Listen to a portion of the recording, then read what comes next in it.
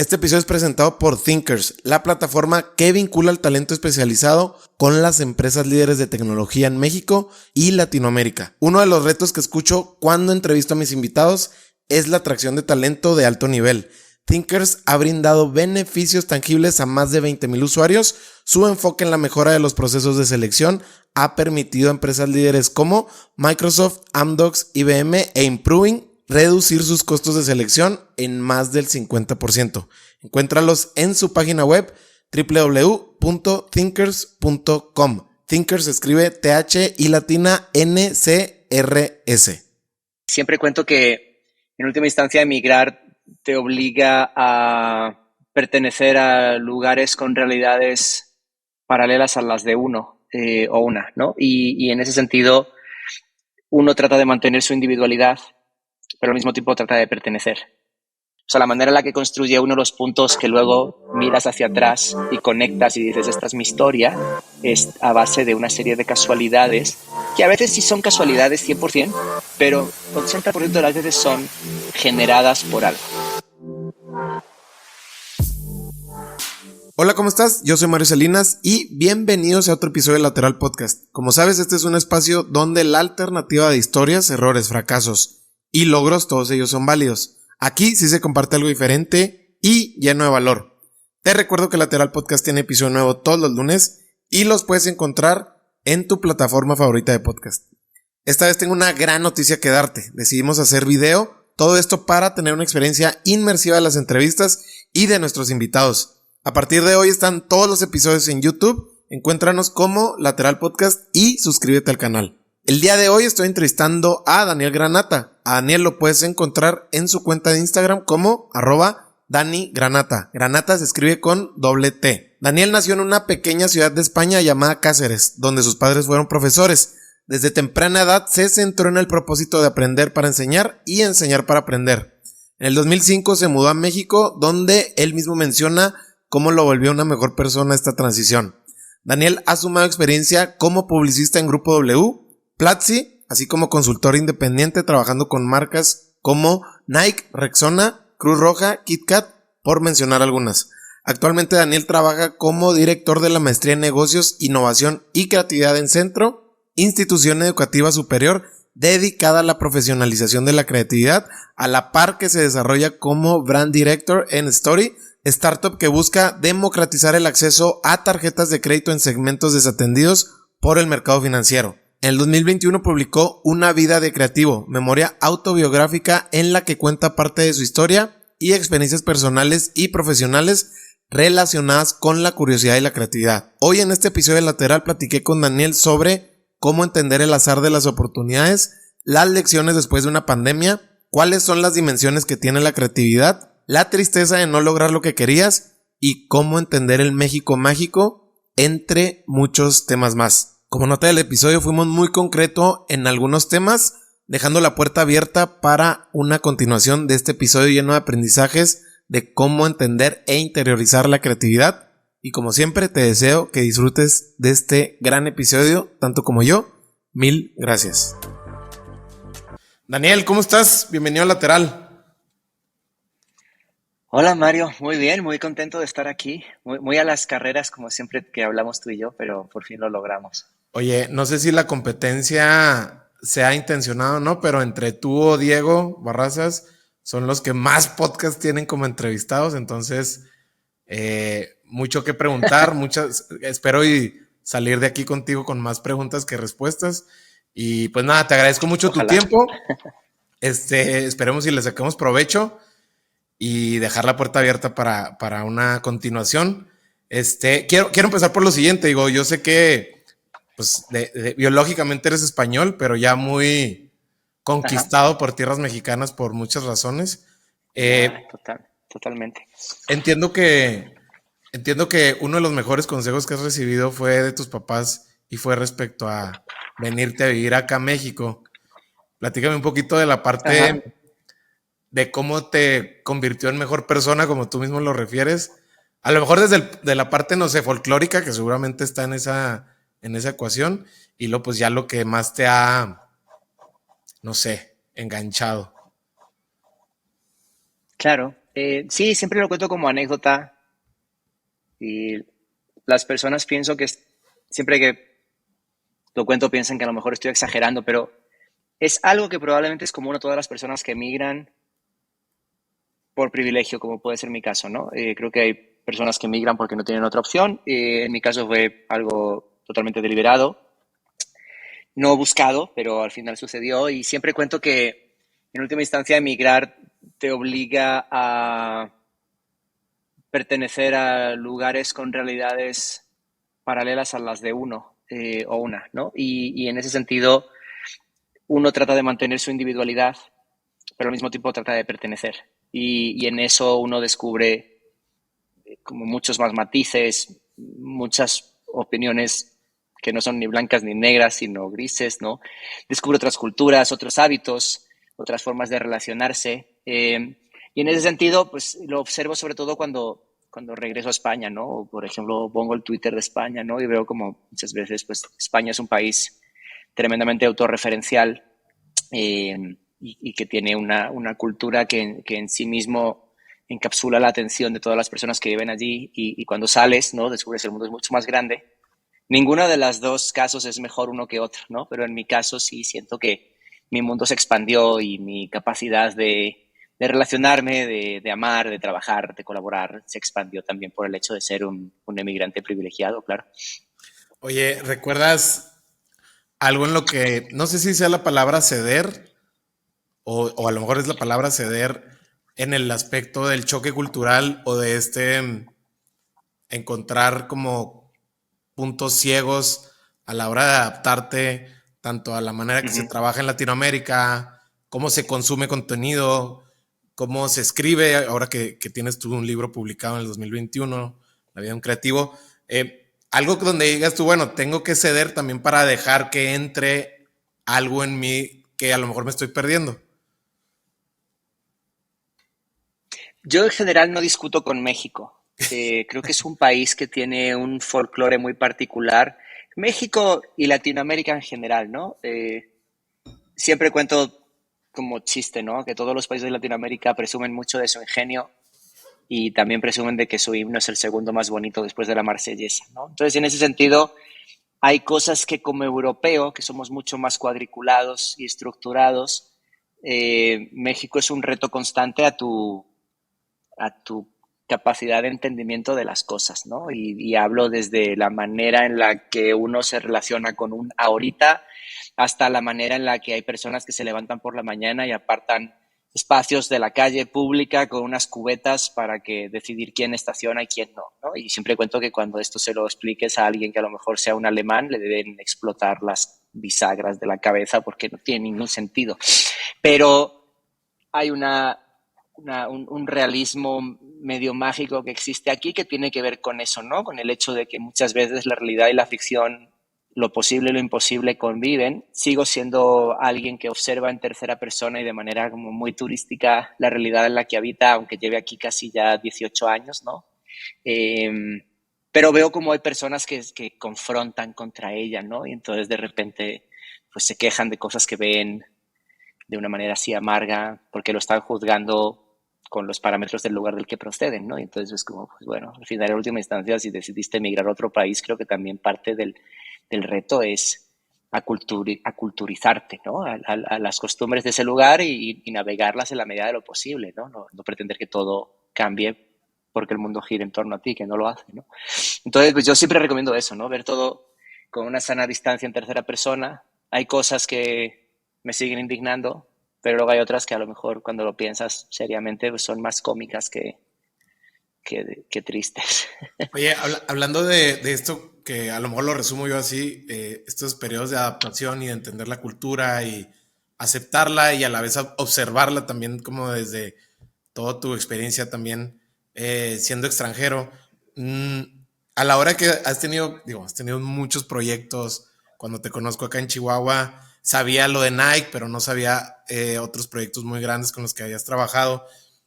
Tienes como, o sea, ¿cómo entiendes esta adaptación que tienes, ya sea a la hora de trabajar como consultor o ahorita que estás de lleno con Centro y con Story? Me refiero, ¿tienes como algún approach para absorberlo de manera que fluya y quizá en tiempo se vuelva algo más eficiente? No, creo que todos los procesos en los que uno se mete siempre tienen una curva de aprendizaje. Creo que con la experiencia, con los años, la curva de aprendizaje sigue existiendo, pero cada vez es menos complicada de navegar porque me vienen a bulear aquí. Es que estoy en uno de estos, en una de estas Cubículos. cabinitas. Ajá. Creo que cada vez es menos complicada de navegar porque al sumar experiencia uno tiene una mayor facilidad para identificar patrones y situaciones, ¿no? Por ejemplo, pues en temas que tienen que ver con, no sé, con liderazgo, con creatividad, pues al final en todas las compañías que se dediquen a un rubro o que requieran de la otra habilidad, el 80% de las situaciones son similares, ¿no? Y entonces, pues digamos que hay cosas que son nuevas que tienes que aprender y que adquirir, pero luego hay otras que son exactamente igual en todas las compañías y ya has pasado por las suficientes como para saber cómo tramitar desde tu experiencia esa situación, ¿no? Entonces, en general, al final lo que resulta es que pues, uno no va abandonando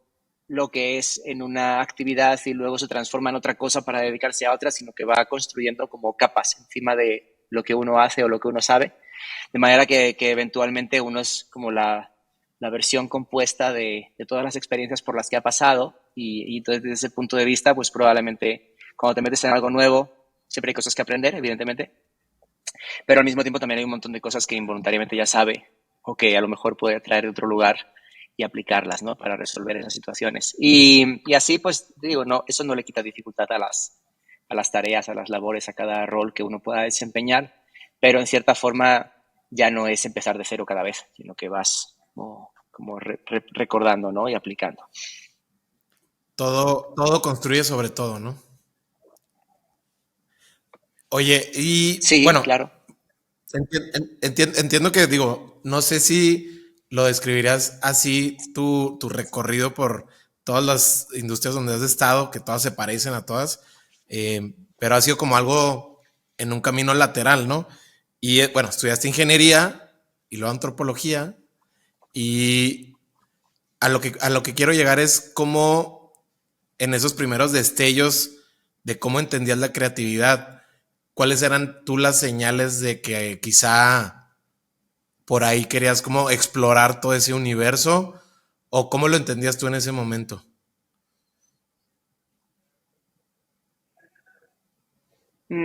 Creo que no lo sé porque no puedo hablar por todo el mundo. Yo, en mi caso particular, hubo un momento en el que no tenía absolutamente ninguna claridad. Y en el caso concreto mío, donde yo encontré la conexión entre lo que había estudiado en ingeniería, aprender a programar cosas, pues no digo aburridas, pero que probablemente no me iban a llevar por el mundo del entretenimiento, ¿no? O sea, yo cuando aprendí a programar en Java en la carrera, Java acababa de nacer hacía un par de años, ¿no? Ese tipo de cosas. De repente un día yo me encontré con todas las herramientas multimedia de algo que era muy incipiente, que era la web, ¿no? Y entonces a mí en ese momento se me conectaron los puntos y fue algo en a lo que me dediqué con mucha pasión y con mucha curiosidad y con mucho interés de explorar y con mucho interés de compartir y con mucho interés de aprender al mismo tiempo, ¿no? Siempre recuerdo mucho la primera charla que di, que fue por octubre del 99, del año 99, y y me recuerdo como muy apenado, como muy vergonzoso, ¿no? Porque, pues, porque, ¿cómo iba a estar yo en ese escenario en el que había visto a tantas gentes desde la platea, ¿no? Antes. Hasta que un día me descubrí, claro, es evidente que hay veces en que estás arriba para compartir y hay veces en que estás abajo aprendiendo, ¿no? O escuchando o apoyando, ¿no? Y entonces a mí me tocó también una época, creo, de descubrimiento de la web como medio de expresión artístico, visual, de comunicación, donde encontré a un montón de personas que tenían una pasión similar por la que yo tenía en aquel entonces, ¿no? No solo en España, sino en Latinoamérica. Y ese se volvió siempre mi segundo país, ¿no? Yo siempre digo que Internet es el segundo país de muchos de nosotros, ¿no? Donde por un lado tenemos la nacionalidad del pasaporte y por otro lado tenemos la nacionalidad de Internet, donde todos somos ciudadanos del mismo lugar, ¿no?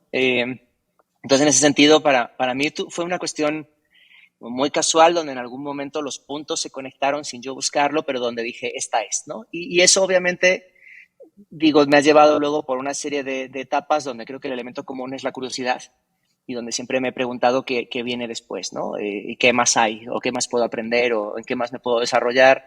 Y eso me llevó al final a trabajar en publicidad, ¿no? Y entonces, como dices, pues mi tránsito en publicidad nunca fue como por el camino estándar, sino que yo tomé una especie de detour, donde al final yo lo que intentaba era demostrar que lo que yo pensaba que había de ser la publicidad podía ser. Y en sí creo que muchas veces mi rol ha tenido mucho que ver con explorar mi curiosidad, y a lo mejor llegado a un punto descubro una curiosidad nueva o descubro que ya no hay nada más que explorar y salto a otra cosa, ¿no? Lo cual es bastante esquizofrénico así contado, pero en el contexto de la historia, pues la historia se va conectando en puntos, ¿no? Y cada una de las decisiones llevan a otra y a otra. Tengo un par de como de arrepentimientos por ahí en el pasado, Como de cuál cosas que es, podrían digo, haber sucedido de otra manera. no sé si puedes entrar a detalle, pero alguno como ejemplificarlo. A Sí, ver, de repente, creo que la vida hacia adelante profesional tiene que ver mucho con la capacidad que uno tenga profesional, pero también tiene que ver con la serendipia, con el azar. Y el azar se provoca. Eh, y yo recuerdo vivamente un par de situaciones en lugares a los que me invitaron, en los que decidí no estar porque ese día, pues, no sé, me había acostado tarde o no tenía ganas de ir. Y en esos lugares estaban personas que más adelante hubiera necesitado conocer para estar en lugares en los que yo quería estar.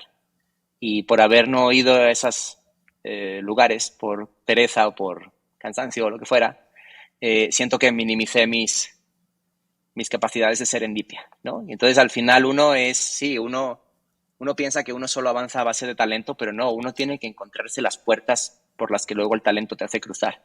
Y para esas puertas, encontrártelas necesitas como generar esas casualidades, ¿no? Por eso yo, por ejemplo, hoy en día, 2023, me parece tan... Si yo fuera alguien que está empezando profesionalmente una carrera, y entiendo que el significado del trabajo probablemente haya cambiado dependiendo de las generaciones, pero creo que el éxito profesional, pues creo que puede ser algo a lo que a lo mejor muchas personas sigan aspirando. Me parece muy complicado generar ese tipo de serendipias o de azares trabajando 100% remoto, ¿no? Entonces, creo que sí es necesario, o yendo por la calle o en un transporte público o en un avión con los audífonos puestos en tu mundo, ¿no? O sea, si tú no abres tus canales, tus antenas para recibir esa casualidad, ¿no? Quién sabe si la persona que tienes sentado al lado a lo mejor es la persona que te va a conseguir tu próximo trabajo o te va a llevar al proyecto que buscabas toda tu vida, ¿no? Eh, pues digo, si estás todas las 10 veces con los audífonos puestos, pues nunca lo vas a saber. Y a lo mejor vas 9 en vez de 10 y a lo mejor la décima la vida te sorprende, ¿no? Y ese tipo de serendipias que a lo mejor contado así por alguien como yo parece ya como cuento de viejito, pero en realidad suceden. O sea, la manera en la que construye uno los puntos que luego miras hacia atrás y conectas y dices, esta es mi historia, es a base de una serie de casualidades que a veces sí son casualidades 100%, pero 80% de las veces son generadas por algo que alguien que conociste, alguien a quien le hiciste un favor, eh, un libro que pediste firmar, no sé, cualquier anécdota, ¿no? O sea, yo una cosa, por ejemplo, que me pasaba mucho, ¿no? A lo mejor era, me acercaba con algún ponente eh, en algún evento, ¿no? Al que yo asistía como oyente, ¿no? Y de repente llegaba con el ponente y sabía que le había pasado algo en algún otro evento y entonces yo le decía, ah, ¿no te acuerdas de mí? Yo estaba con el día que se de la laptop, le pasó no sé qué. Ah, claro, sí, sí. Entonces como que se hacía el loco, como, no reconociéndome, pero diciéndome que sí para no hacerme sentir mal. Y ya a partir de entonces ya como que entablábamos conversación y a partir de ahí ya generábamos una relación real y genuina, ¿no? Entonces, digo, ese tipo de cosas como que son medio anecdóticas y un poco cómicas, un poco cringe también, la verdad. Pero aún así, uno pudiera pensar que ese tipo de casualidades terminan por ser generadas. O sea, no es como que uno se pone así y las casualidades llegan. sí, y tiene que ver también con la preparación, ¿no? Lo mencionaste y cómo la misma preparación te pone más cerca de provocar el azar, ¿no? Como mencionas. Pues creo que la preparación lo que hace es que cuando el azar se presenta, la preparación te permite aprovechar la oportunidad. Claro. Eh, Pero creo que muchas veces la preparación y el azar son dos cosas separadas. Hay gente súper preparada que nunca ha tenido ni una gota de azar de su lado y por eso no las conocemos. Y luego hay otras que sí tuvieron la suerte de su lado por cualquier motivo, ¿no? Genético, patrimonial, este, de personalidad, etcétera. Y son personas que probablemente hoy reconocemos más que esas otras anónimas a quienes no sabemos quiénes son. Oye, antes de pasar a la siguiente pregunta, escuchaba sobre esto que mencionas, que a lo mejor es parte ya como de una de tus banderas, que estás como ampliando el mensaje acerca de la democratización de la creatividad. Yo justo vi una plática acerca de la creatividad y cómo lo expones, pero más allá de eso, cuéntame como que cuál es tu racional acerca de democratizar la creatividad. Creo que es como se me hace muy interesante cómo lo estabas extendiendo, pero creo que me gustaría como que quedara un poquito más claro, que me quedara un poquito más claro. Claro, esto es pura y llanamente mi visión, pero creo que damos por sentado con mucha facilidad que hemos atravesado una pandemia global. No sé cómo sea tu caso, pero yo toco madera, no he sufrido COVID, que yo sepa, pero yo sí tengo, por ejemplo, como un espaciamiento en el tiempo y en mis recuerdos de cosas que pienso que pasaron hace X tiempo, pero en realidad pasaron hace mucho más, porque hay una pandemia de por media, ¿no? Tengo como una edición de mi vivencia pandémica, que ahora la resumo en pasé por una pandemia, pero que si lo piensas y lo recuerdas día a día fue muy duro, ¿no? O sea, porque había que no enfermarse, había que no salir de casa, si salías de casa era bajo tu responsabilidad, había que ir con cubrebocas, o decidías no ponértelo, etcétera. Y entonces yo creo que una de las cosas que descubrimos en la pandemia es nuestra capacidad de supervivencia y nuestra capacidad de adaptarnos a situaciones totalmente imprevistas que no esperábamos que fuéramos a transitar, ¿no? Y creo que una de las cosas que descubrimos es que, pues, a nuestra manera, todas y todos pudimos como sobrevivir, ¿no? Y creo que hace falta mucha creatividad para sobrevivir a un proceso así, ¿no? Y entonces yo una cosa con la que estoy muy peleado siempre es con la idea de que la creatividad es algo que es patrimonio de alguien a lo mejor como yo, que he trabajado años en publicidad o que se ha dedicado a escribir comerciales de televisión o ha hecho campañas de publicidad, porque creo que la creatividad no es un sustantivo, no es un trabajo, no es una definición. También lo es, obviamente, pero antes que nada es un adjetivo, es una cualidad que todas y todos tenemos como ser tímido, como ser locuaz, como ser sonriente, etcétera, ¿no? Y como tal, la creatividad no tiene que ver únicamente eh, con escribir guiones divertidos, con contar chistes, con mandar memes en WhatsApp, sino que tiene que ver con la capacidad de, ante cualquier situación, tener la capacidad de vislumbrar varios cursos de acción para escoger cuál es la que conviene. Y eso aplica desde escribir un guión para televisión hasta resolver una situación en una sucursal de banco donde los clientes están muy enojados por el motivo que sea, hasta un piloto de avión que tiene que reaccionar en tiempo récord para saber cuál es la solución correcta o una de varias soluciones correctas ante una emergencia, ¿no? Y en ese sentido, pues creo que la creatividad es algo que ha sido, de la que se ha apoderado el marketing y creo que es algo que le pertenece a todas las personas. Y hay muchas personas que renuncian a su creatividad, ¿no? Porque pues en última instancia la creatividad supone poner encima de la mesa algo nuevo que no existía, resolver un problema de una forma que no existía, ¿no? Y eso amenaza el status quo. Entonces la creatividad per se es peligrosa para la gente que quiere que nada cambie, ¿no? Entonces por eso siempre es a los creativos, a las personas que se dedican a actividades creativas y recreativas como se les etiqueta con esta cosa que medio de loco, ¿no? Y de alguien así como medio desquiciado y atormentado y demás, ¿no? Y como para poner la etiqueta de esta persona no es normal. El normal eres tú que sigues las indicaciones y haces todo como se ha hecho siempre, ¿no? Y yo creo que hay que pelearse contra eso. Yo creo que hay que pelearse contra eso porque cuando luego llega una pandemia, pues de repente, pues hay indicaciones que seguir, pero luego hay otras cosas que tienen que ver con un poco cada cual va por su lado intentando sobrevivir de la mejor manera, ¿no? Y para eso hace falta creatividad.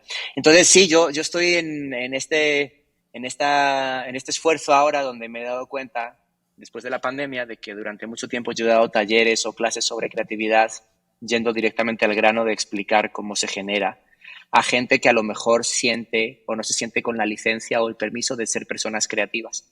Y ese es el primer permiso que hay que darle a las personas, el demostrarles que sí pueden serlo. Por eso en mis conferencias ahora lo que siempre hago es una serie de ejercicios como para decirles, ven, como al final lo que están haciendo es algo que alguien como yo ha hecho decenas de miles de veces y por eso para mí parece que es natural, pero ustedes también pueden hacerlo, solo requiere trabajo, ¿no? Y por eso es tan cansada la profesión de creativo cuando uno se dedica a ella, porque uno tiene que tener ideas el día que está inspirado y también tiene que tener ideas el día que no lo está. Y por eso es un trabajo. Por eso ser creativo a veces es muy sufrido y por eso escribir un libro es tan cansado o escribir una canción o hacer un álbum, ¿no? Pero en sí no es patrimonio de las personas que se dedican a ello, sino que es patrimonio de todos y cada cual puede utilizarlo en el ámbito en el que desee, ¿no? Ya sea de la contaduría, cuidado de los hijos, ¿no? ¿Qué cosa más creativa hay que intentar entretener a un bebé, ¿no? Ese tipo de cosas. Y sí, siento que también eso ofrece la posibilidad de ver la vida de más color, ¿no? Yo creo que la vida con creatividad es más colorida que una vida sin ella. Oye, Daniel, ¿y tienes como alguna manera, digo, lo has expuesto como en muchos programas, inclusive tu libro creo que va alineado a ese mensaje? ¿Tienes algún otro formato, alguna otra manera como de amplificar este mensaje de democratizar la creatividad? Mm, a ver otra vez, perdón. No sé si entendí la pregunta. O sea, mi pregunta es que entiendo que, digo, de muchas maneras como que has encontrado verticales de comunicación para exponer esto Ajá. que lo dejas aquí. ¿Tienes como alguna otra manera de decir, bueno, quiero como hacer como, no sé, si otro libro, otro formato donde quepa todas estos principios que dices que bajo tu racional, dices tú, es que todos podemos ser creativos y a todos nos ayudaría, exacto, ponerle más color a la vida a través de la creatividad? Me encantaría hacer otro libro sobre ese tema específicamente. Pero no, ahora mismo no he pensado en otro formato. O sea, creo que mi trabajo ahora mismo me exige poner mucho en práctica de todo esto que predico. Creo que la mejor manera de que alguien pueda aprender de ello es viniendo a trabajar conmigo.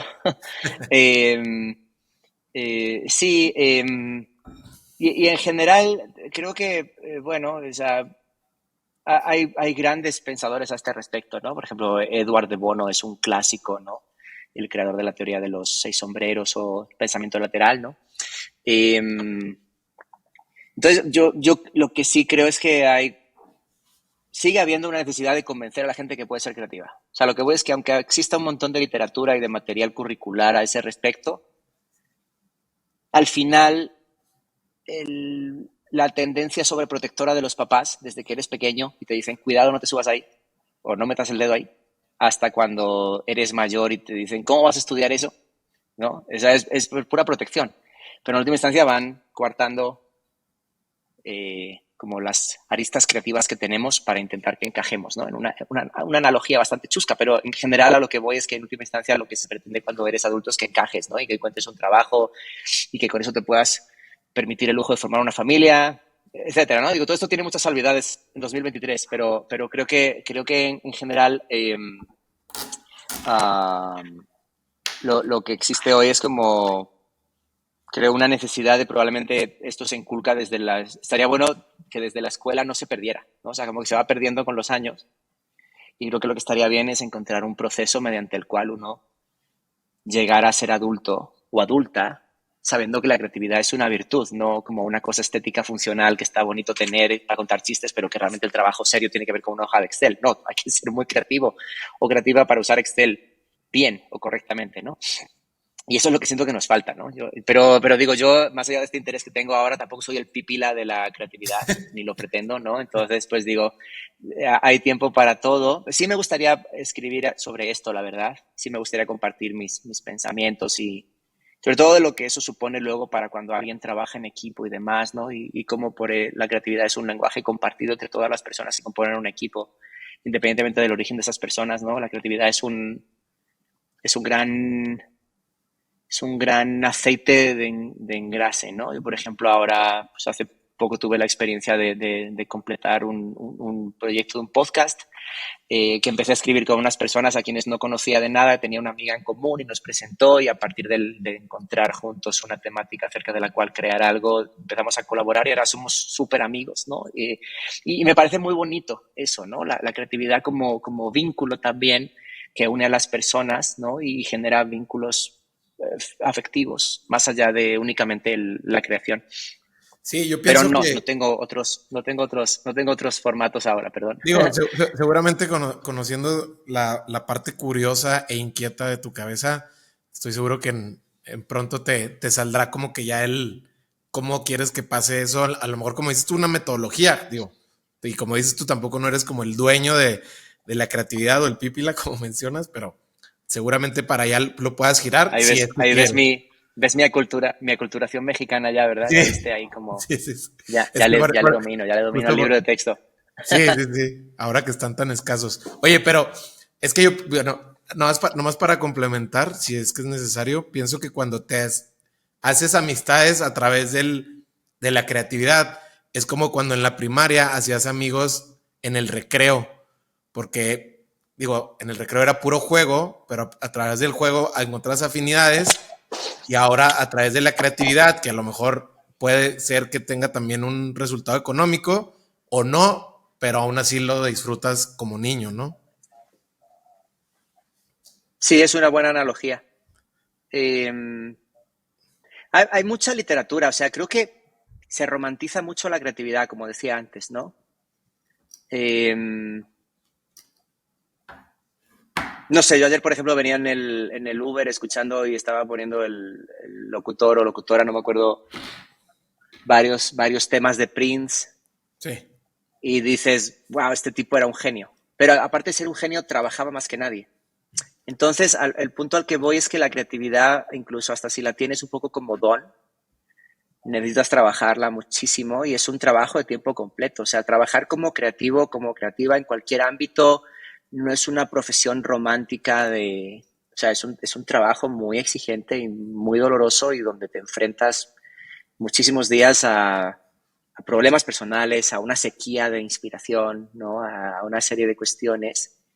Eh, y eso yo lo pienso en mi contexto. Y entonces yo pienso que si tu trabajo no tiene un factor elevado de ser automatizado, como de esto es lo que me permite hacer el sistema y esto es lo que puedo tramitar, pues la creatividad es un diferencial, creo que te aporta mucho, ¿no?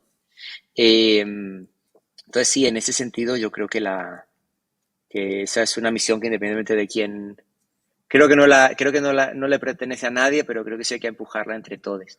Oye, ahorita que mencionas, digo, ya que mencionas sobre los retos, quería abrir esa puerta contigo, porque vaya que tienes como muchísima experiencia eh, como creativo, publicista, en la parte educativa.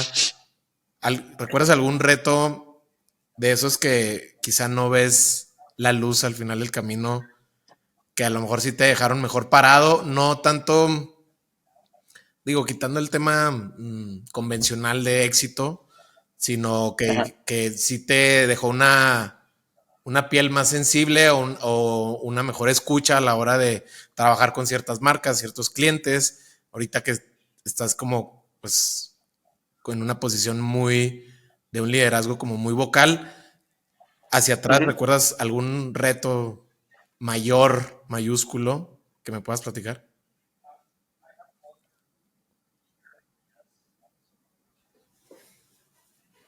Pues es que el reto depende de la motivación que tuviera en aquel entonces, ¿no? Digo, obviamente, como todos, yo creo que yo también he tenido una época profesional en la que buscaba por encima de todo el éxito y esa era mi bandera, o sea, intentar demostrar que se podía conseguir el éxito a mi manera.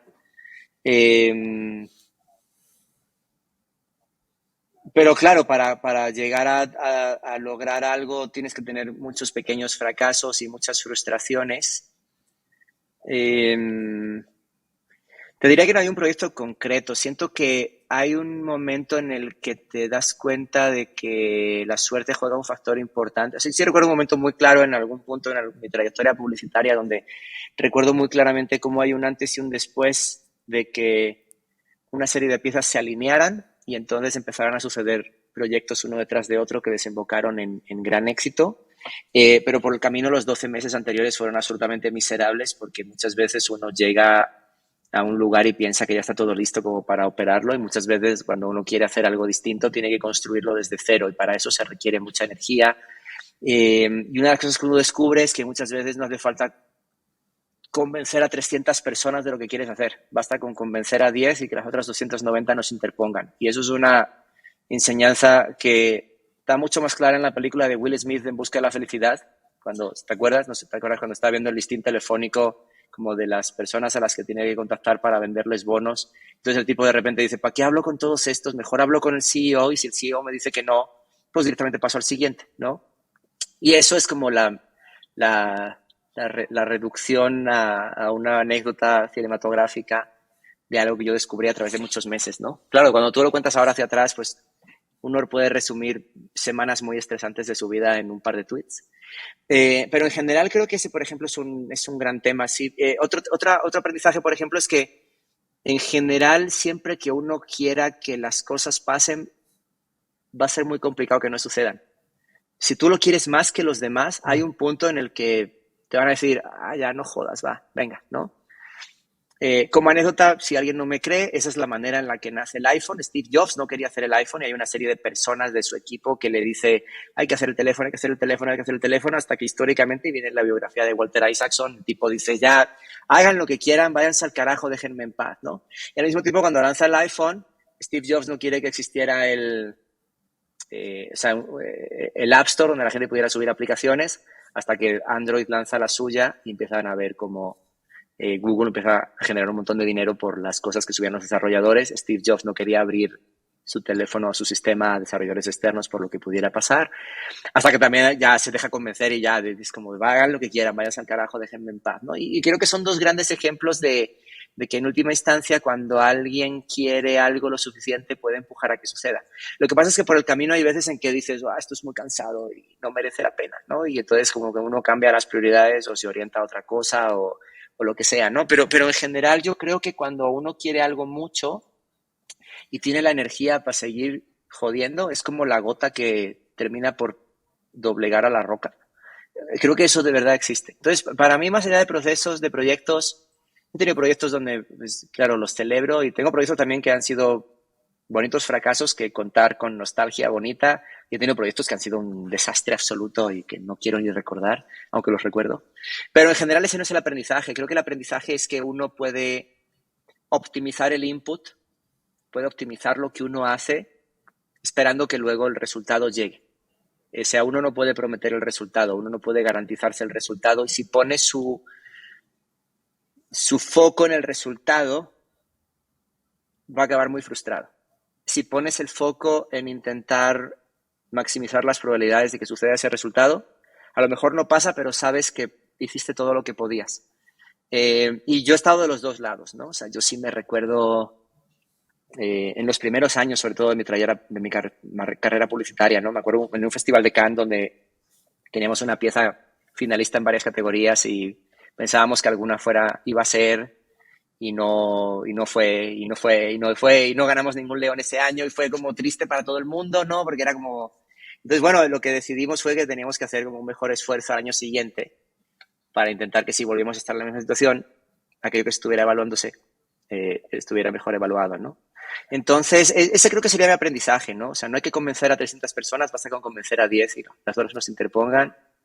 Si quieres mucho algo, va a terminar por suceder. Si empujas, ¿no? Aunque sea para que te calles. Y tercero, optimiza para el input y no para el output. Eso es muy interesante, ese último punto. Digo, ya te lo había escuchado y la primera vez que te lo escuché me apaciguó muchos demonios, creo yo, sobre cómo lograr lo que quieres y cómo también estar ok con cuando no sucede, ¿no? Cuando no sucede es más difícil entender esta clase de abstractos, ¿no? De cómo si... Oye, Daniel, Sí, porque el duelo nadie te lo quita. No, el duelo O no. sea, la tristeza de no lograr lo que querías, tienes que pasar por él. El punto es, hacia adelante, ¿qué haces con ese duelo? Parezco coach de Instagram, pero no era mi pretensión. Ahorita Pero no, pero sacas un post. a lo que voy es que, o sea, tú puedes editar, o sea, en la memoria puedes editar esto de una manera en la cual sepas que este momento doloroso fue el que luego te llevó a otra cosa que sí sucedió como tú querías, ¿no? Y que sin ese momento doloroso no hubieras logrado lo otro. En general, y esto es algo que digo mucho, ¿no? Yo cuando a alguien todo le sale bien, digo, ah, pobre tipo o tipa, porque probablemente no se ha enfrentado a nada tan retador como para que le ponga de rodillas, ¿no? O sea, sí hay veces en que la vida te pone de rodillas y te dice, te pone, como se dice, no, un tate quieto, ¿no? Así como de no, o sea, aquí esto funciona así, esto es así y demás, ¿no? Y tú tienes que como que agachar la cabeza y luego regresar así como, oh, yo aprendí, ¿no? Eh, entonces, pero si lo tramitas como desde el rencor o desde el odio y, pues ahora voy a, pues que se vayan todos al carajo porque no aprecian mi talento, ¿no? Entonces, creo que es la manera incorrecta de tramitar como esa derrota que es puntual. Sí, creo yo que uno se cuenta la historia que te sirve para seguir adelante. Como dices, editar Sí. esa parte, ¿no? Sí, Uh-huh. muy interesante. Oye, Daniel, no sé si en el tenor que mencionas de estos retos que te ponen de rodillas y que no encuentras por dónde, y a lo mejor no encontraste inclusive, o sea, tuviste que cambiarte totalmente, rediseñarte. No sé si también lo pudiéramos trasladar a los famosos bloqueos creativos o los bloqueos creativos ya se tratan de otra cosa, porque siento yo que a veces ya le han puesto tanta carga que ya no sé si se trate de eso o se trate de otra cosa. Um, no sé si tienen mucho que ver. Creo que en general el bloqueo creativo tiene que ver con... Sí, probablemente sí tenga que ver, ¿no? O sea, bloqueo creativo es la incapacidad de resolver un problema de índole creativa por algún motivo, ¿no? Que a lo mejor es porque estás demasiado estimulado o tienes muchas preocupaciones o estás muy necesitado de tener una idea, ¿no? Siempre digo que el peor momento para tener una idea es cuando necesitas una. Por eso lo conveniente es tener algunas en barbecho para que cuando te hace falta puedas acudir a ellas, aunque sea como estímulo, ¿no? Eh, pero en sí, no sé si tiene tanta relación. Creo que el bloqueo creativo tiene más que ver con un problema de índole más pequeña, ¿no? Que te está impidiendo ser productivo en la tarea de tener ideas, ¿no? A lo mejor llevas mucho tiempo haciendo lo mismo, hablando con las mismas personas, ¿no? O sea, si no tienes estímulos, yo por ejemplo decía en la pandemia, ¿no? O sea, yo en la pandemia todo lo que yo veía era una ventana donde por todos los días veía lo mismo, ¿no? Y yo decía, qué aburrimiento, ¿no? O sea, y aparte de qué aburrimiento, ¿de dónde saco estímulos para, para conectar cosas nuevas, ¿no? Que es algo que involuntariamente pasa cuando estás en la oficina o donde sea y te cruzas con alguien y dices, jaja, ¿viste el último episodio de la serie de no sé qué anoche? Y te pones a hablar de eso y de repente dices, creo que eso que acabas de decir me sirve para esto que tengo que resolver, ¿no? Entonces creo que ese tipo de estímulos sirve. Oye, cuando, ahorita, cuando hablas sobre las tendencias, te escuchaba hablar sobre las tendencias y cómo muchas veces, no sé si lo haces intencionadamente, me entendí que sí, muchas veces eliges a qué tendencias no subirte porque resultan ser modas pasajeras. Eh, ¿Recuerdas como la última que te pudo haber hecho cambiar de opinión? Digo, sobre todo hablando de las banderas que representan, ¿no? Hablando de publicidad, tecnología, educación, alguna corriente que digas tú, la verdad es que no comparto nada, se me hace absurda, o simplemente no entra dentro de tu criterio como para meterte a esa ola. Me da risa porque Uy, volteaste a ver así como que... sí. Digo, hay un montón de cosas con las que no comulgo, pero respeto si alguien se decide dedicar a ellas. O sea, en algún punto, incluso si me sale como la jiribilla de querer escribir, hacer algo sarcástico, nunca lo envío porque, pues tampoco, qué mierda, ¿no? O sea, estar tú 100% dedicado a algo en lo que crees, por el motivo que sea, y que de repente llega un tipo al que no conoces, así pelón, y que diga, oh, esto no sé qué, porque, o sea, quedar por encima, ¿para qué, no? Y en general, eh, te digo, hay muchas cosas con las que no comulgo, pero siento que si a alguien le sirve como parte de su desarrollo o le hace sentirse mejor, pues digo, en última instancia, pues tengo casos de amigos donde de repente los veo haciendo algo, no sé, metiéndose una tina de hielos, por ejemplo, ¿no? Y digo, "Uy, esto que ahora que está de moda, ¿no? Meterse una tina de hielos y grabarlo en Instagram, porque si no lo grabas, pues nunca sucedió, ¿no? There, I said that. Pero es que es algo que han hecho los deportistas de élite desde hace decenios, ¿no? O sea, terminar un partido de alto rendimiento y ponerse hielo en las articulaciones y meterse una tina de hielos, ¿no? Y bueno, tú lo descubriste ahora y eso te sirve para como salir de tu zona de confort, lo que sea que signifique, y te sirve para sentirte mejor y te sirve para como adquirir nuevos hábitos y demás. Pues quién soy yo para decir nada aunque no lo comparta, ¿no? Entonces, pues, y en última instancia, pues dices, pues son amigos, ¿no? Y cuando he necesitado que me echen una mano, ahí han estado. Entonces, pues si se quieren meter a los hielos, pues que se metan a los hielos, ¿no? Y me pasa mucho eso con todo, ¿no? Digo, si hay cosas que de repente sí digo, ay, no, esto ya es como demasiado para mí, y decido dejar de seguir a esa persona, por ejemplo, o ese tema específico, ¿no? Pero en general no sé, siento que estamos como en una, esto es que voy a decir es súper obvio, ¿no? Pero como que tenemos una cultura del broadcast, todo el mundo hace broadcast y nadie escucha. Y entonces, pues el tema no es a lo mejor. Me pareció muy bonito todo el tema de las fans de Taylor Swift, porque genuinamente quieren ir a ver a Taylor Swift porque las cosas que canta Taylor Swift a ellas resuena con ellas. Probablemente haya gente que haya querido ir al concierto de Taylor Swift a tomarse fotos porque estaba en el concierto de Taylor Swift para decir, miren qué Claro. bueno soy, que estoy en el concierto. Pero genuinamente creo que el 99% de las personas que estaban en esos conciertos era porque genuinamente lo que Taylor Swift canta, ellas lo sienten en primera persona en su corazón. Y eso me parece muy bonito, ¿no? Es que es el mismo fenómeno de las fans de Justin Bieber hace 11, 12, 13 años, ¿no? O sea, como que a las fans y los fans les importa un pepino lo que alguien pueda venir a criticar desde fuera, ¿no? Y eso me parece que es genuino. Creo que cualquier cosa que se haga de forma genuina yo la respeto aunque no la comparta. Más allá de si es trend o no es trend. Incluso meterse al hielo. Ay, pareciera que me estás leyendo la mente acerca de eso, pero sí, de acuerdo. Oye, y a la hora, ahorita que mencionas de que hay mucha gente haciendo podcast, haciendo contenido, pero no todo el mundo los está escuchando, tú a la hora de consumir o lo que consumas en términos de educativos, entretenimiento, curiosidad, estimular la creatividad, ¿tienes como algún criterio claro de cómo eliges consumir lo que consumes? Es decir, en tu carro, en tu casa, en el avión, lo que lees. Escucho muchos audiolibros. Trato de leer más que lo que consumo audiolibros y sobre todo intento nunca llevar los audífonos puestos en la calle o en un transporte. Uno, porque me da pereza, siento que se pueden.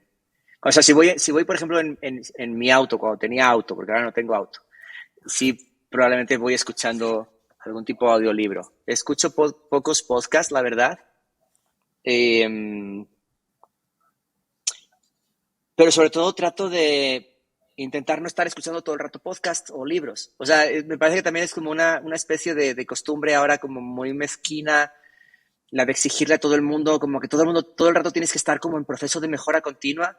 Y es como de, no, ¿sabes qué? O sea, pero esto lo he descubierto no hace tanto, ¿no? Pero sí hay ratos en que de verdad no, o sea, vengo de una jornada de trabajo de 8, 10, 12 horas, ¿no? Y entonces, de camino a mi casa, no quiero escuchar un audiolibro de cómo ser mejor líder. O sea, si a lo mejor es libro de ficción, puede que sí lo escuche, pero no quiero estar escuchando un libro para capacitarme más porque acabo de tener 12 horas de intensidad intelectual muy elevada y quiero dedicar eso a no pensar en nada. O sea, creo que no pensar y aburrirnos es un talento escaso que deberíamos cultivar más. Yo hace unos años todavía, cuando trabajaba en mi anterior empleo en una empresa que se llama Platzi, que es una plataforma de educación en línea, me acuerdo que hice un par de segmentos dedicados al arte de aburrirse, de la necesidad de poder aburrirte para con eso que tu cerebro empiece a generar conexiones para intentar salir del aburrimiento. O sea, eso no es que yo me lo estoy inventando, eso es lo que pasa. Eh, y en general creo que estamos todos sobreestimulados y sobreestimuladas continuamente, ¿no? Entonces sí, siento que pasa eso, ¿no? Siento que la exigencia de estar continuamente estimulado, aprendiendo, en algún punto es como demasiado exigente y demasiado chantajista, ¿no? Es como esta promesa de que tenemos que ser mejores todo el rato, es como, no, o sea, hoy quiero llegar y no pensar en nada y poner esta película con palomitas y ya.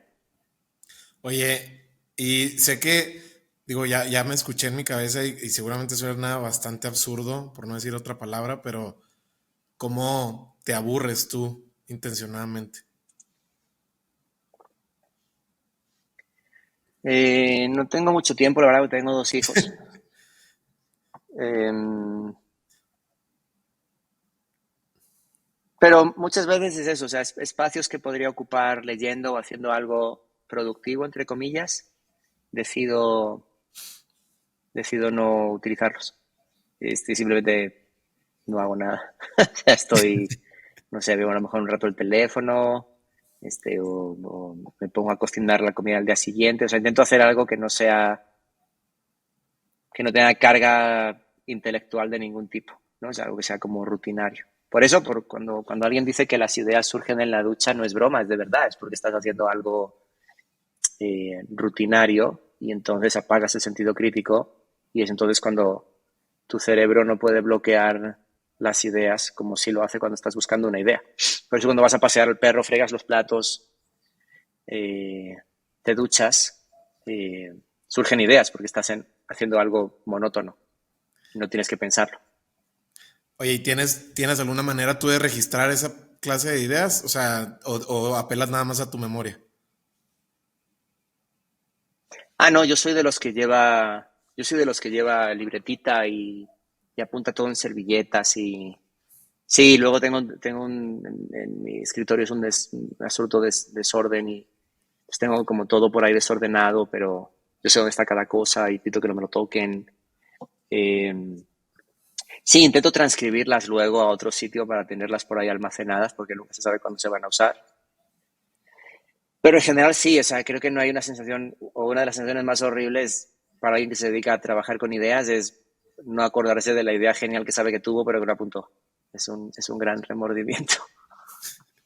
Oye, Daniel, cuando te pasa, bueno, seguramente te ha pasado en muchos momentos de tu vida por esta parte que a lo mejor te metes de lleno a una industria como las que estás, que muchas veces suelen ser innovadoras, y a la hora como de comunicarlo o en el aspecto inclusive comercial, cuando tienes contacto con clientes, ¿tienes tú como algún marco o frame como a la hora de comunicar una idea en algún pitch, con alguna cuenta, entendiendo que has trabajado con cuentas muy grandes, como para convencer acerca de lo que quieres hacer, como hablando de una campaña o de este ajuste o esta innovación que quieres implementar, que seguramente puede ser que funcione, puede ser que no, pero, o sea, tienes como algo claro que tú digas, bueno, lo que necesito para que a lo mejor mi mensaje llegue es tres cosas y no sé si sea así o simplemente es como leer el contexto donde estás parado y de ahí partir. Una cosa que aprendí de un gran creativo que fue mi jefe algunos meses, Fernando Vega Olmos, fue que un cliente primero te compra a ti y luego compra tus ideas. Si no te ha comprado a ti y le vendes una idea, probablemente la va a cuestionar mucho, pero si consigues que te compre a ti, sea lo que sea que significa eso, pero sobre todo desarrollar una confianza con esa persona, en general es más fácil venderle una idea porque la puedes discutir como En en pares. igualdad, ¿no? Ok. Sí, y entonces sin esa confianza es difícil, ¿no? En general, pues digo, una idea lo más importante probablemente es, depende del cliente, ¿no? Pero vender el problema y luego venderlo también que la solución sea como lo que estaban buscando y digan, ah, esto era, ¿no? Pues yo creo que hay como muchas técnicas de cómo se presenta un pitch, correcto, depende del cliente, depende de la categoría, pero en general creo que el labor más eficaz que creo que hay que hacer y por lo que creo que las grandes agencias históricas de publicidad que estaban encabezadas por creativos les fue tan bien es porque había personas que, viniendo del ámbito creativo, tenían la capacidad de sentarse en la mesa con clientes y hablar de negocios, ¿no? Y entonces las agencias eran partners de negocios de los clientes, no nada más eran un proveedor de servicios creativos para hacer campañas, ¿no? Eso al final lo que hizo fue volver que la creatividad fuera ver quién pagaba menos o quién no cobraba más barato, ¿no? Entonces, en ese sentido yo recomendaría eso, ¿no? O sea, sí, creo que el paso número uno, más allá de cómo vender una idea, tiene que ser cómo el cliente y tú desarrollan un vínculo por el cual desde la idea más genial hasta la idea más estúpida se puedan conversar y el cliente sepa que en algún punto algo buenísimo va a venir de ti, ¿no? Y a partir de ahí hacia adelante. Daniel, ahorita estás trabajando con esta empresa unicornio mexicana que se llama Ajá. StoryCard. Eh, ¿Qué es lo que nadie te dice de trabajar con una startup como estas, con este etiqueta de unicornio? ¿Tiene alguna referencia especial? ¿Tiene algún appeal? ¿O no deja de ser una startup y pues hay muchas cosas que se siguen experimentando e iterando? Es una startup, todo se sigue experimentando e iterando, pero la escala y la velocidad es completamente distinta a otras compañías más pequeñas. Eh, no sé cómo sean otras empresas con la evaluación de unicornio, no sé cómo sean otras.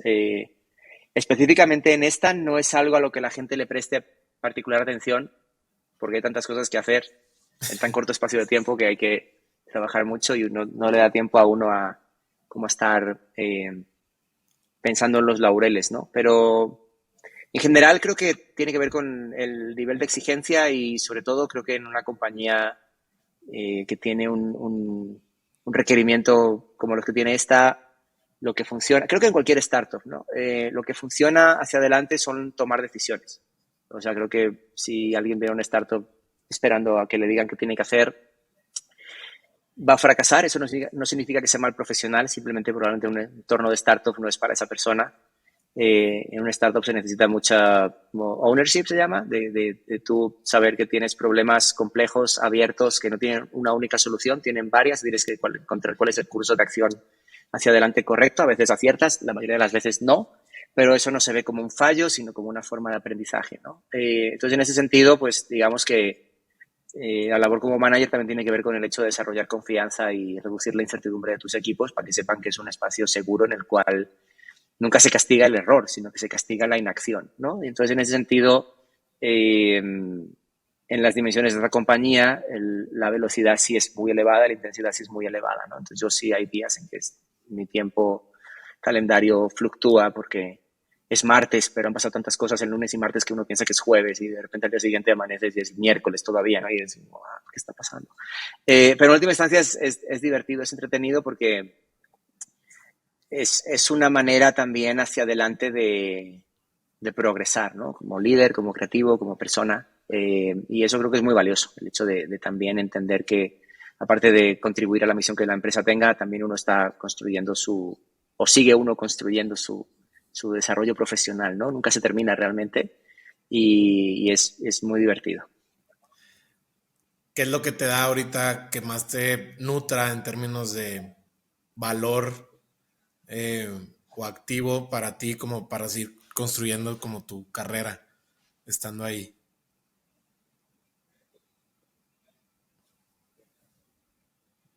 Mm, muchas cosas. Tengo, creo, bastante resuelta mi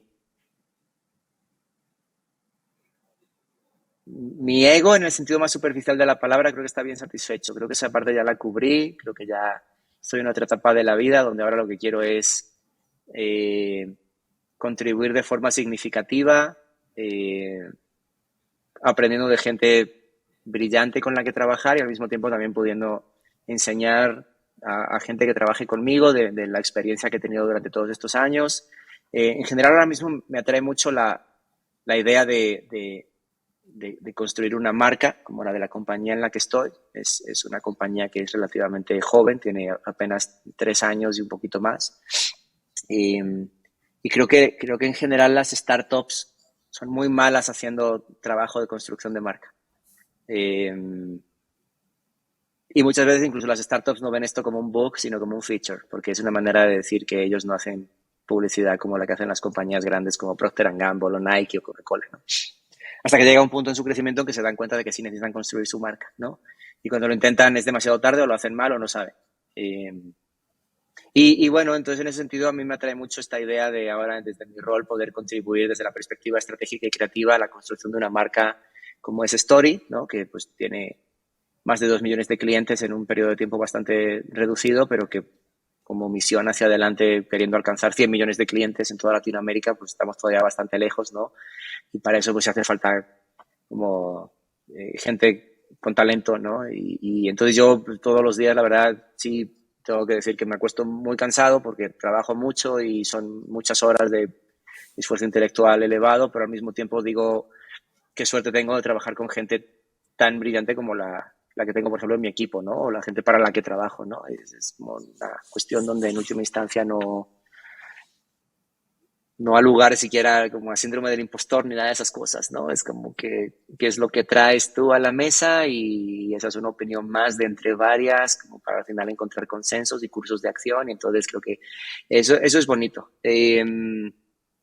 Y también está bonito pues el momento en el que está la compañía, ¿no? También creo que es un momento en el que también dependiendo del el momento en el que te sumes a una startup es totalmente distinto si te sumas en una etapa de rondas muy tempranas, ¿no? Así ya estás en una etapa donde la compañía está de un tamaño que lo que requiere son habilidades más senior, ¿no? Probablemente al inicio se requiere reclutar a gente más multitasker que pueda hacer más cosas con menos recursos y a lo mejor hacia adelante la compañía lo que necesita es reclutar a gente más senior que sepa lo que hace específicamente en un área de acción, ¿no? De influencia.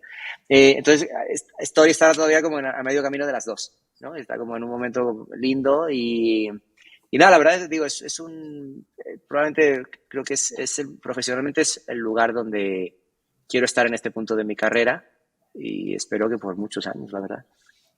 O sea, te entendí bien, 2 millones No de usuarios me están activos. escuchando, ¿no? 2 millones de usuarios activos Sí, menciona. sí, no sé la cifra exacta, pero fueron 2 Ajá, millones en junio. Alcanzamos ok. 2 millones. Y quieren llegar a los 100 millones con la región, hablando de Latinoamérica.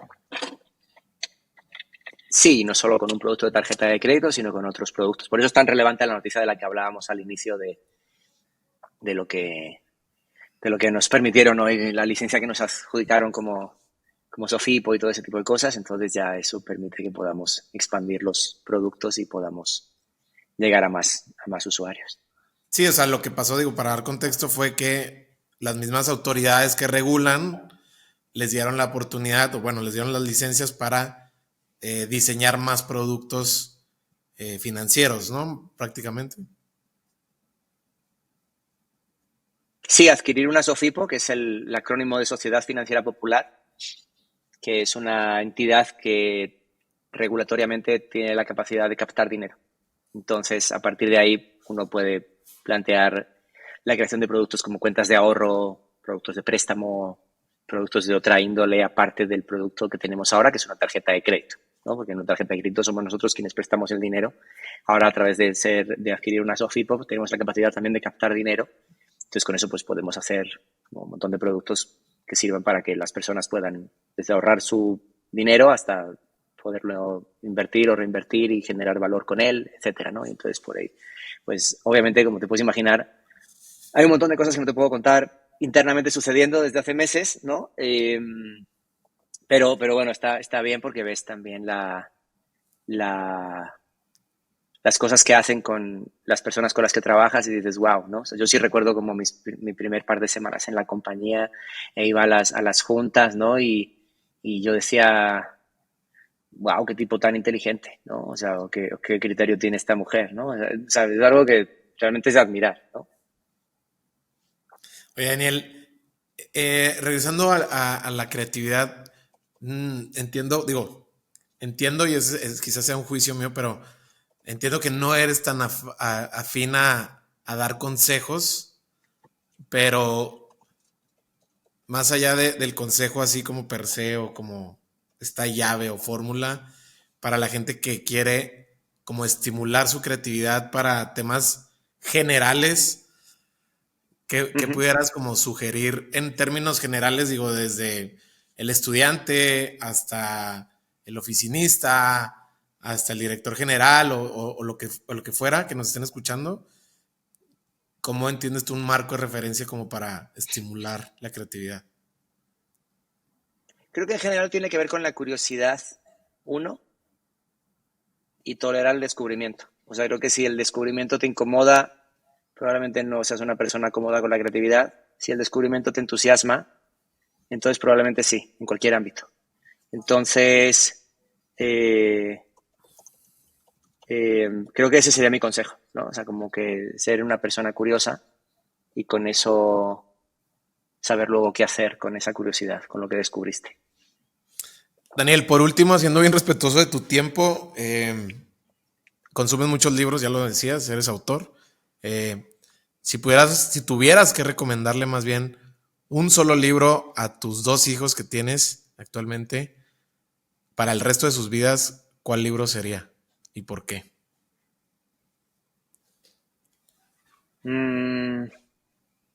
Es una gran pregunta.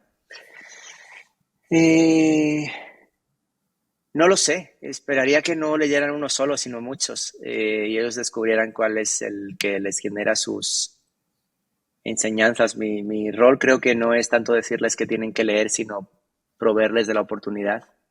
Me empeñé mucho, mi esposo y yo nos empeñamos mucho en dejar de tener libros desperdigados por el suelo después de tantas mudanzas y tener un librero grandote así donde, aparte de colocar los libros que nosotros leemos o hemos leído o tenemos por leer, también sea un instrumento de curiosidad para que ella y él, cuando vayan creciendo, puedan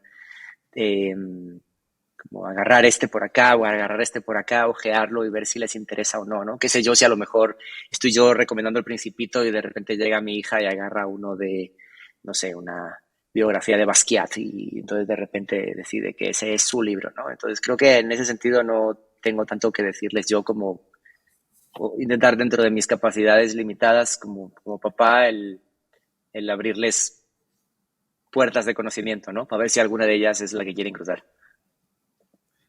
Daniel, muchas gracias por tu tiempo. Sé que están pasando muchas cosas en la compañía. Esta noticia, pues, Sí. siento que es un parteaguas para todo el crecimiento que viene. Entonces te agradezco el doble. Sé que me diste la oportunidad y se complicaba el tiempo, pero muchas gracias. No sé si quieras agregar algo más. No, muchas gracias a ti por la sesión, la disfruté mucho. Ojalá que más adelante podamos hacer el encore. Claro. Daniel, ¿dónde te puede encontrar la gente que te quiera contactar? Estás muy activo en varias redes sociales. No sé cuál sea tu red nativa o dónde te puede escribir la gente. En general, en Instagram soy Dani Granata, con I latina, una N y doble T. Y si quieren saber más de mí profesionalmente, danielgranata.com. Y ahí son, creo, los 2 puntos principales de contacto conmigo. Daniel, un abrazo hasta Ciudad de México, que todo salga muy bien en lo personal y también en lo profesional. Gracias, hermano. Un abrazo.